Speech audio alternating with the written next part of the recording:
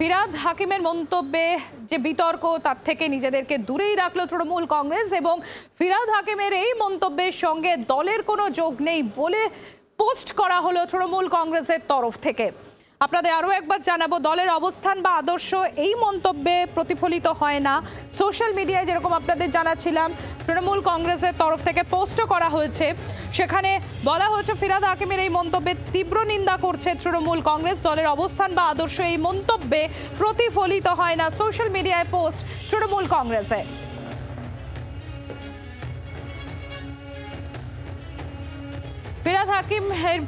ফিরহাদ হাকিম প্রসঙ্গে কি মন্তব্য কুণাল ঘোষের শোনাবো আপনাদের।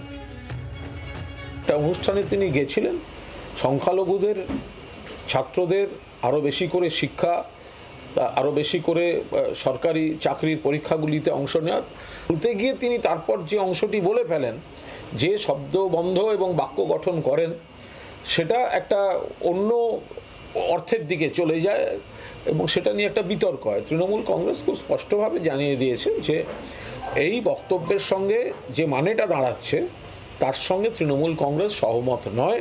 তৃণমূল কংগ্রেস তার প্রতিবাদ করছে। তৃণমূল কংগ্রেসের নীতি আদর্শ ওই সংলাপ তাতে প্রতিফলিত হচ্ছে না।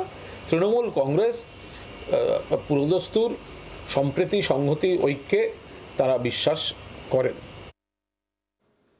রাজ্য বিজেপি সভাপতি ডক্টর সুকান্ত মজুমদার কি বলছেন শোনাবো আপনাদের।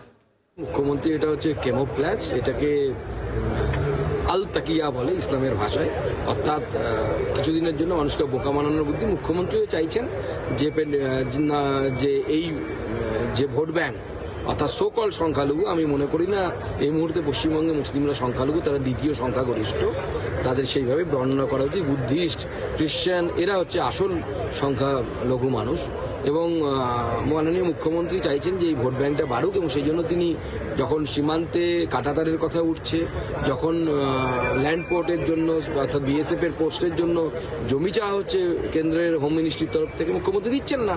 যদি তার সদিচ্ছা থাকতো তাহলে তিনি দিতেন। মাননীয় মুখ্যমন্ত্রী চান যে পশ্চিমবঙ্গটাকে বাংলাদেশ বানাতে, কিন্তু যতক্ষণ ভারতীয় জনতা পার্টি আছে আমরা লড়াই করে যাব, করতে দেব না।